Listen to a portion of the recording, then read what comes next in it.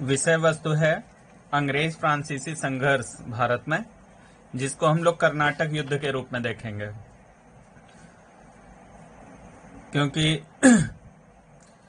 18वीं सदी के पूर्वार्ध के अंत तक अगर देखें तो अंग्रेजों और फ्रांसीसियों दोनों की साम्राज्यवादी महत्वाकांक्षाएं भारत में बढ़ चुकी हैं और दोनों ही अपने व्यापारिक हितों, साम्राज्यवादी हितों आदि के लिए एक दूसरे के विपरीत संघर्षरत दिखाई देते हैं। जैसे जैसे यूरोप में ऐसी परिस्थितियां बनती कि फ्रांसीसी और अंग्रेज एक दूसरे के विपरीत संघर्षरत हो जाते, वैसे वैसे भारत में भी उन दोनों के मध्य युद्ध प्रारंभ हो जाता है। ऐसे में देखते हैं कि अंग्रेज और फ्रांसीसियों के बीच जो लड़े गए युद्ध हैं वो कर्नाटक में लड़े गए, जिसे हम लोग कर्नाटक युद्ध के रूप में देखते हैं। 3 युद्ध लड़े गए, कर्नाटक का प्रथम युद्ध, द्वितीय युद्ध, तृतीय युद्ध। अब कर्नाटक के प्रथम युद्ध में कर्नाटक का प्रथम युद्ध 1746 से 48 के बीच लड़ा गया, जिसका प्रमुख तत्कालिक कारण ऑस्ट्रिया का उत्तराधिकार युद्ध था। कर्नाटक प्रथम युद्ध के दौरान एक युद्ध लड़ा गया, सेंट थोमे या आडियार का युद्ध 1748 में। कर्नाटक का प्रथम युद्ध एक्स ला सापेल की संधि से समाप्त होता है, क्योंकि इस संधि से ऑस्ट्रिया के उत्तराधिकार की समस्या का समाधान हो जाता है। तो यूरोप में दोनों के बीच युद्ध विराम हो गया, तो भारत में भी दोनों शक्तियों के बीच युद्ध विराम घोषित हो गया। प्रथम कर्नाटक युद्ध का परिणाम क्या हुआ? भारतीय नरेशों की दुर्बलता प्रकट हुई, जिसने भविष्य में डुप्ले के प्रयोगों व क्लाइव की विजयों के मार्ग प्रशस्त किए। जल शक्ति का महत्व स्पष्ट हो गया। यह भी स्पष्ट हो गया कि अनुशासनहीन विशाल सेना पर अनुशासित व प्रशिक्षित छोटी सेना भारी है। आप देख सकते हैं। अब प्रथम कर्नाटक युद्ध के दौरान जो प्रमुख घटनाएं हुई उनके बारे में चर्चा कर लेते हैं।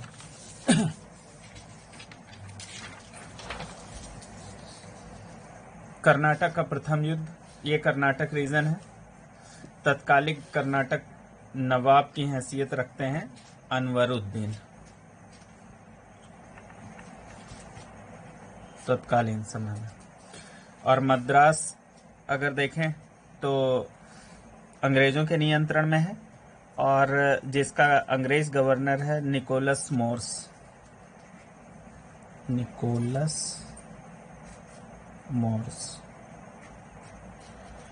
और फ्रांसीसी बस्ती का केंद्र कोरोमंडल पे अगर देखें तो अंग्रेजों की जो मुख्य बस्ती है वो मद्रास है, और फ्रांसीसियों की मुख्य बस्ती पांडिचेरी है, और इसका गवर्नर फ्रांसीसी गवर्नर है डुप्ले।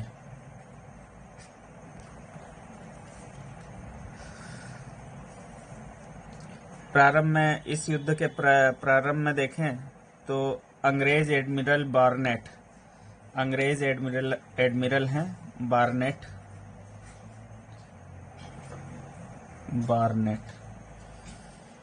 अंग्रेज एडमिरल हैं।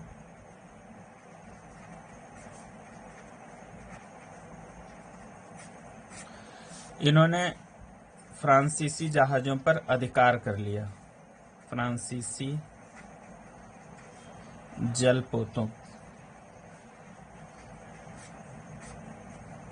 पर अधिकार कर लिया। इसी क्रम में आगे पढ़ते हैं तो फ्रांसीसी गवर्नर डुप्ले ने अपनी मॉरिशस स्थित फ्रांसीसी बस्ती के जो गवर्नर हैं ला बोर्डोने, मॉरिशस में एक बस्ती है फ्रांसीसी, उसके गवर्नर हैं मॉरिशस, फ्रांसीसी बस्ती है जिसके गवर्नर हैं ला बोर्डोने। इनकी सहायता से डुप्ले ने मद्रास पर नियंत्रण स्थापित कर लिया। अंग्रेजों की मुख्य बस्ती मद्रास पर कब्जा कर लिया। क्योंकि पांडिचेरी, मद्रास ये सभी बंदरगाह कर्नाटक राज्य के अंतर्गत आते थे, तो कर्नाटक राज्य का अनवरुद्दीन डुप्ले के मद्रास पर अधिकार करने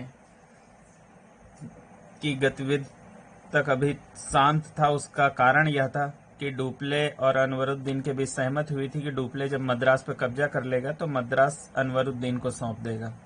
परंतु डुप्ले ने जब मद्रास पर नियंत्रण स्थापित कर लिया तो उसे अनवरुद्दीन को नहीं सौंपा।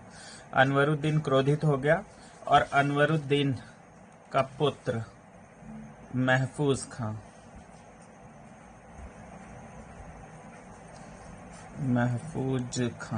अनवरुद्दीन का पुत्र है महफूज खां,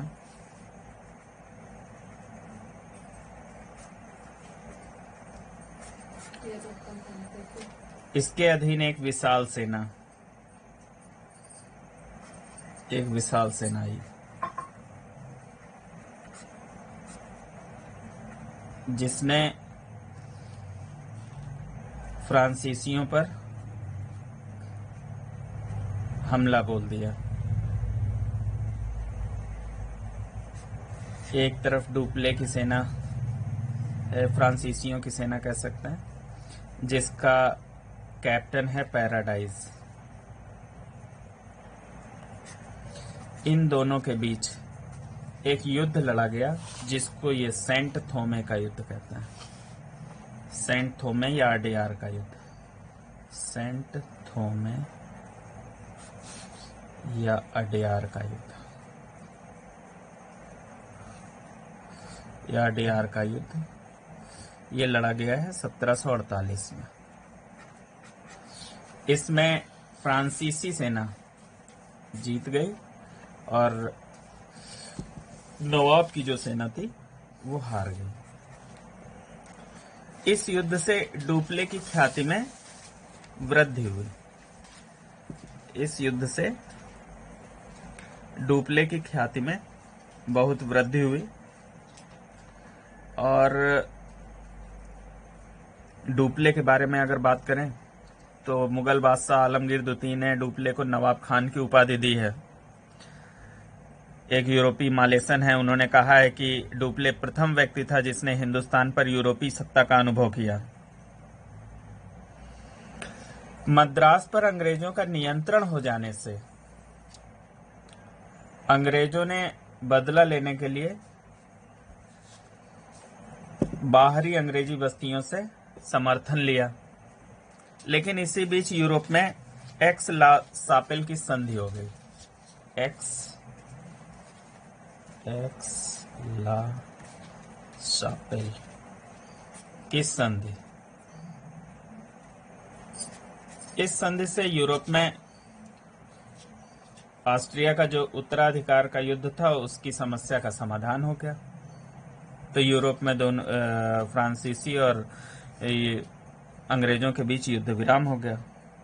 तो भारत में भी ऐसा हुआ, युद्ध विराम की स्थिति हो गई, अचानक युद्ध को रोक दिया गया और संधि शर्त के तहत मद्रास पुनः अंग्रेजों को मिल गया और लुइसबर्ग एक जगह है उत्तरी अमेरिका में, वो अंग्रेजों ने फ्रांसीसियों को दे दिया। भारत में मद्रास फ्रांसीसियों ने अंग्रेजों को दिया और उत्तरी अमेरिका में लुइसबर्ग अंग्रेजों ने फ्रांसीसियों को दे दिया। इस प्रकार हम देख सकते हैं कि इस युद्ध में किस प्रकार डुप्ले की छोटी सेना ने, प्रशिक्षित और अनुशासित सेना ने नवाब की विशाल सेना को पराजित कर दिया। डुप्ले ने किस प्रकार मॉरिशस के फ्रांसीसी गवर्नर ला बोर्डोने से नौसैनिक सहायता पाकर किस तरीके से मद्रास पे अपना नियंत्रण स्थापित कर लिया। तो नौसैन्य दक्षता इस समय प्रमुख हो गई कि जिसकी नौसेना जितनी मजबूत होगी वह उतना ही शक्तिशाली होगा। अब देखते हैं दूसरा कर्नाटक युद्ध जो 1749 से 1754 के बीच लड़ा गया। कर्नाटक तथा हैदराबाद के आंतरिक मामलों के विवाद।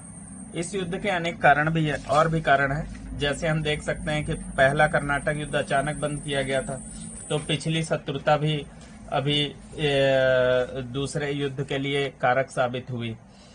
हैदराबाद का उत्तराधिकार संघर्ष है, कर्नाटक का उत्तराधिकार संघर्ष है, तंजौर का उत्तराधिकार संघर्ष है, जिसमें अंग्रेज व फ्रांसीसी बढ़ चढ़कर भाग ले रहे हैं और एक दूसरे के विपरीत हैं। तो आदि प्रमुख कारक हैं जो द्वितीय कर्नाटक युद्ध के लिए कारण साबित हुए। द्वितीय कर्नाटक युद्ध के दौरान लड़ा गया प्रमुख युद्ध आम्बूर का युद्ध है 1749 में। द्वितीय कर्नाटक युद्ध का समापन पांडिचेरी की संधि से होता है 1755 में, और इस युद्ध का परिणाम अनिर्णायक रहा, परंतु अंग्रेजों का पक्ष फ्रांसीसियों पर भारी रहा। अब द्वितीय कर्नाटक युद्ध के दौरान हुई कुछ प्रमुख घटनाओं पर चर्चा कर लेते हैं। द्वितीय कर्नाटक युद्ध को समझने से पहले कर्नाटक की स्थिति देख लेते हैं। ये हैदराबाद है। स्वतंत्र हैदराबाद राज्य का संस्थापक है आसफ जाह या निजामुल मुल्क। निजामुल मुल्क की मृत्यु के बाद हैदराबाद की निजाम शाही के लिए उत्तराधिकार का संघर्ष प्रारंभ हो गया। इसी तरह कर्नाटक, स्वतंत्र कर्नाटक राज्य का संस्थापक सादतुल्ला खां है। सादतुल्ला खां के बाद कई नवाब आए। फिर उसी क्रम में आगे बढ़ते हैं अगर तो कुछ नवाबों के बाद दोस्त अली की मृत्यु के बाद कर्नाटक में भी कुछ ऐसी परिस्थितियां बनी कि जिससे उत्तराधिकार का संघर्ष प्रारंभ हो गया। तो कर्नाटक में अनवरुद्दीन का साथ अंग्रेजों ने दिया और उसके पुत्र मोहम्मद अली का भी साथ अंग्रेजों ने दिया। और दोस्त अली के दामाद चंदा साहिब का साथ फ्रांसीसियों ने दिया और उसके पुत्र रजा खां का साथ फ्रांसीसियों ने दिया। ये कर्नाटक के संदर्भ में। और हैदराबाद के संदर्भ में देखें तो नासिर जंग का साथ अंग्रेजों ने दिया और निजामुल मुल्क के दूसरे पुत्र सलावत जंग और पौत्र मुजफ्फर जंग का साथ फ्रांसीसियों ने दिया। तो अब देखते हैं द्वितीय कर्नाटक युद्ध के प्रमुख घटनाएं। द्वितीय कर्नाटक युद्ध में सबसे पहले आम्बूर युद्ध की बात कर लेते हैं। आम्बूर युद्ध, आम्बूर ये जगह है, आपको दिखाई दे रही है। इसमें चंदा साहब और इनके समर्थक फ्रांसीसी में डुप्ले और हैदराबाद के संदर्भ में जो मुजफ्फर जंग है, इन तीनों ने मिलकर एक संयुक्त सेना बनाई। कौन कौन सेना बना रहा है तो आप देख सकते हैं।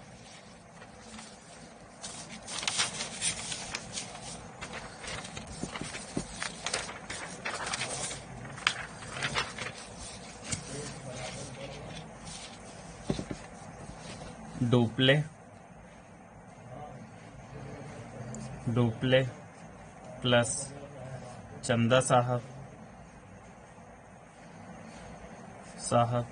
और मुजफ्फर जंग।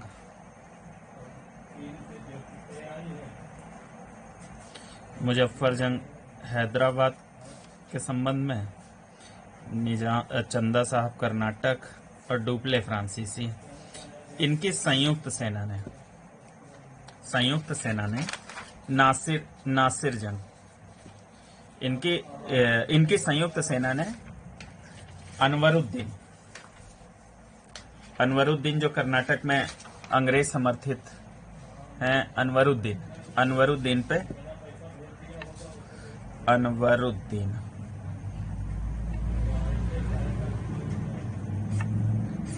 पर हमला बोल दिया।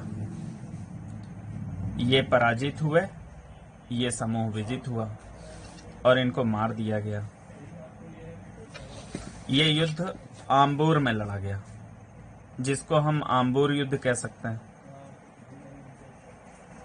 आम्बूर युद्ध, और आम्बूर युद्ध जो है लड़ा गया है 1749 में। 1749, ठीक। अनवरुद्दीन के एक पुत्र हैं मोहम्मद अली,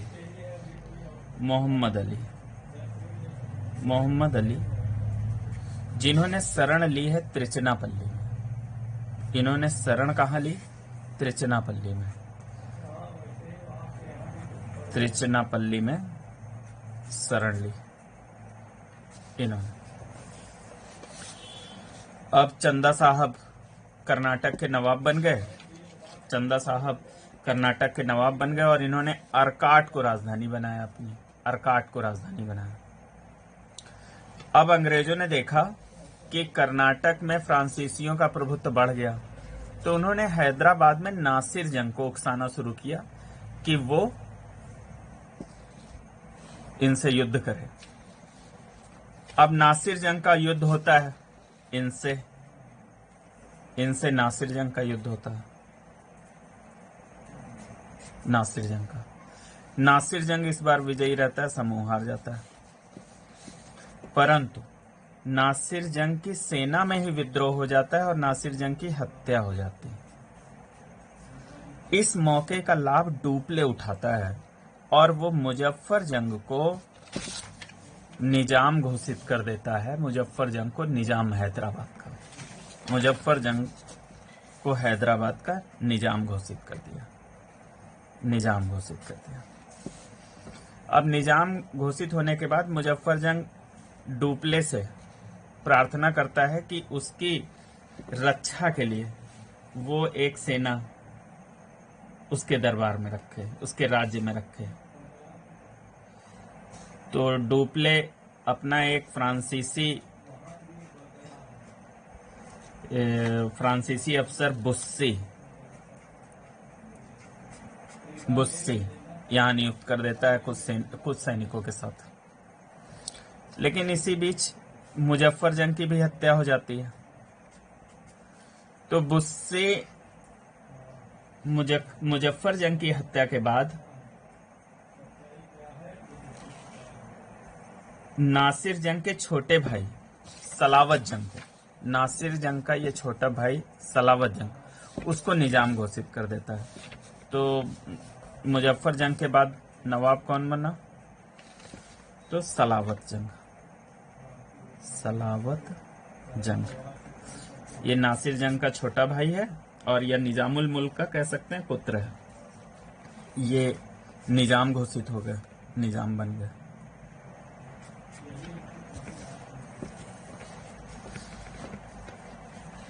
इसी बीच जो है ये मद्रास है, यहां पर एक अंग्रेज सैनिक है क्लाइव, क्योंकि चंदा साहब तो कर्नाटक के नवाब बन चुके हैं।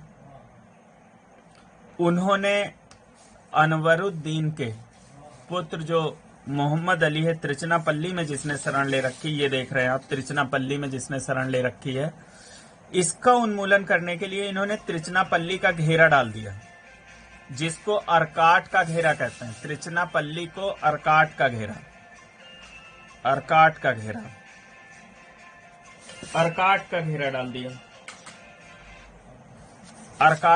डाल दिया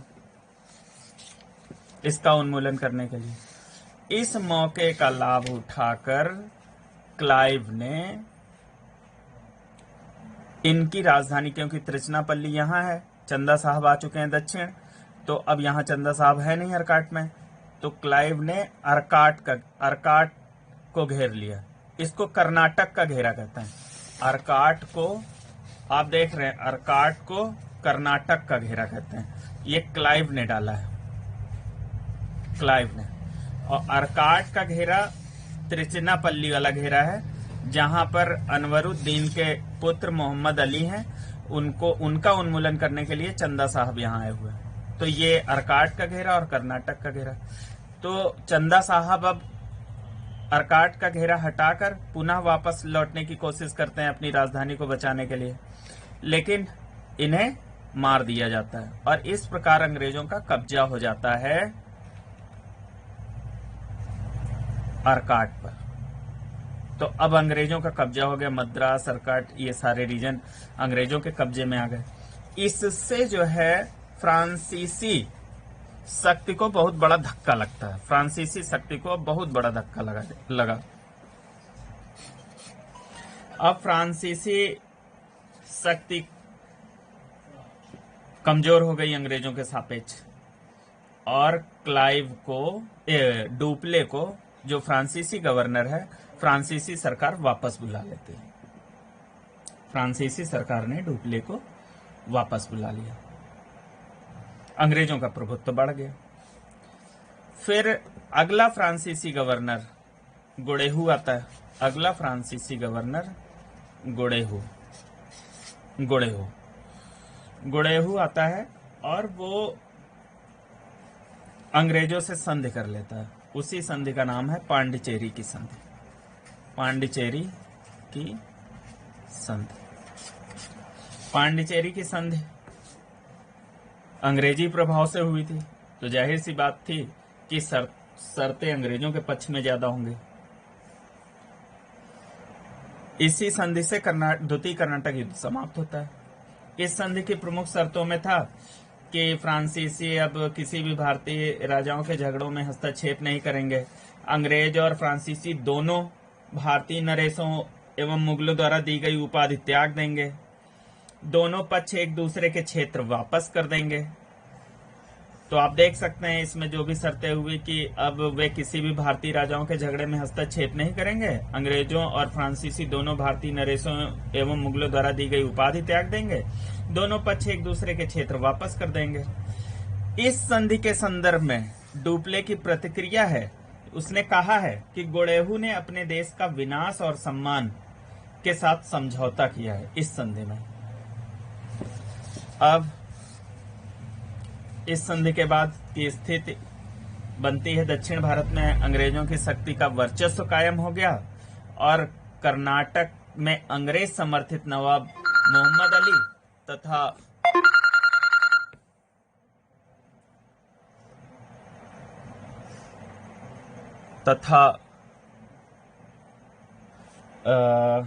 कर्नाटक में अंग्रेज समर्थित नवाब मोहम्मद अली तथा निजाम मुजफ्फर जंग की हत्या के बाद वहां दूसरा निजाम सलावत जंग बन जाता है। इस प्रकार कह सकते हैं दूसरा कर्नाटक युद्ध का जो अंत हुआ वो अनिर्णायक हुआ, लेकिन अंग्रेजी प्रभाव स्थापित हुआ। अब तृतीय कर्नाटक युद्ध की बात कर लेते हैं। 1756 से 63 के बीच लड़ा गया। इसका कारण था यूरोप में सप्तवर्षीय युद्ध से प्रभावित होना। युद्ध तृतीय कर्नाटक युद्ध के दौरान लड़ा गया प्रमुख युद्ध वंडीवास का युद्ध है, जो 1760 में लड़ा गया। तृतीय कर्नाटक युद्ध का समापन पेरिस की संधि 1763 से होता है। इस युद्ध के प्रमुख परिणाम भारत में फ्रांसीसियों का राजनीतिक अस्तित्व समाप्त हो गया। वंडीवास में फ्रांसीसियों की पराजय ने भारत में अंग्रेजों के लिए यूरोपीय शक्तियों की प्रतिद्वंदिता पर विराम लगा दिया। अब बात कर लेते हैं तृतीय कर्नाटक युद्ध के दौरान हुई प्रमुख घटनाओं पर।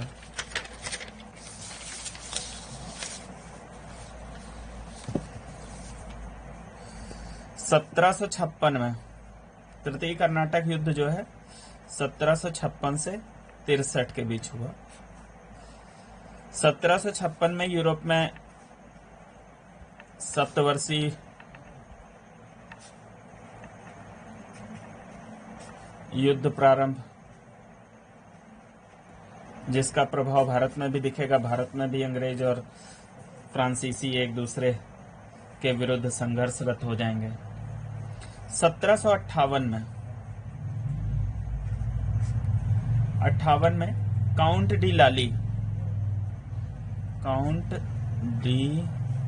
लाली फ्रांसीसी गवर्नर बनेगा। ये फ्रांसीसी गवर्नर है,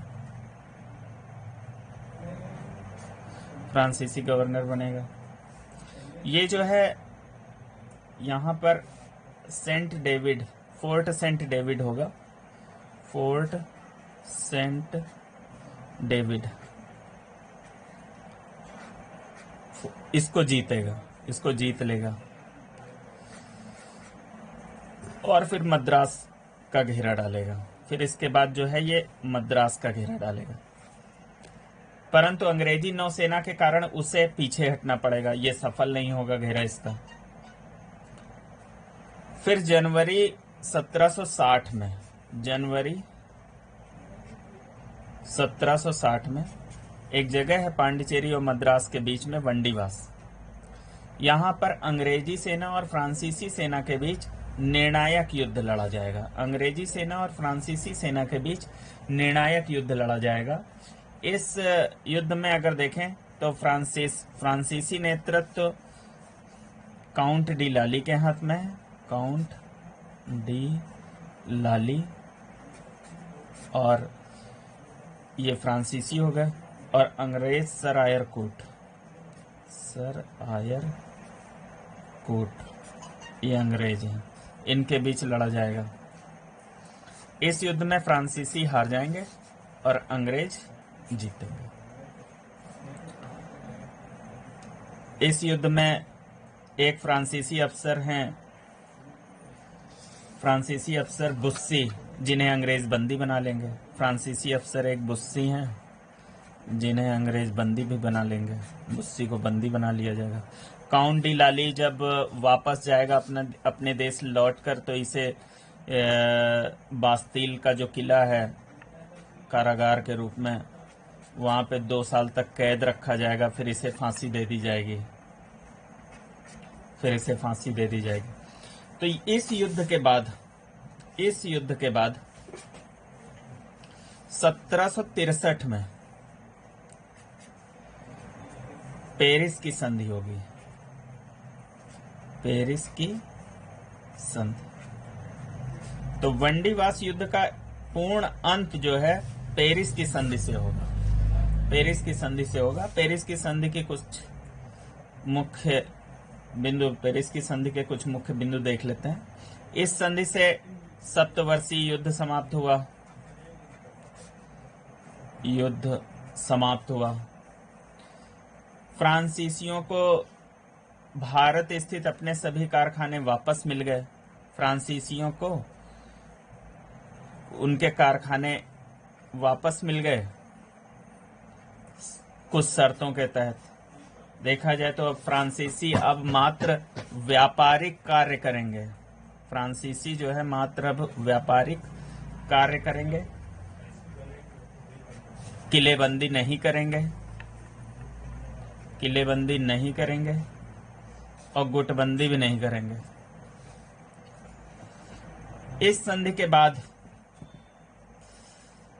अब फ्रांसीसियों का यूरोपीय कंपनियों के संदर्भ में अब कोई प्रतिद्वंदी नहीं रह गया। अंग्रेजों का फ्रांसीसियों का इस युद्ध में अंत हो जाने से, राजनीतिक अंत हो जाने से अंग्रेजों का अब कोई प्रतिद्वंदी नहीं रह गया यूरोपीय कंपनियों के संदर्भ में। मालेसन का एक कथन भी है फ्रांसीसियों के लिए कि इस युद्ध ने उस भवन को जिसे मार्टिन, ड्यूमा तथा डुप्ले ने बनाया था, मतलब फ्रांसीसी बस्तियों का जो विकास किया था फ्रांसिस मार्टिन ने, फिर ड्यूमा और डुप्ले जो गवर्नर बन के आए, जिन्होंने फ्रांसीसी प्रभुत्व को स्थापित किया भारत में, उनके द्वारा जो भवन बनाया गया था वो अब धूल धूसरित कर दिया इस युद्ध ने। इस प्रकार देखें तो अंग्रेजों ने फ्रांसीसियों के राजनीतिक अस्तित्व को भारत में विराम दे दिया।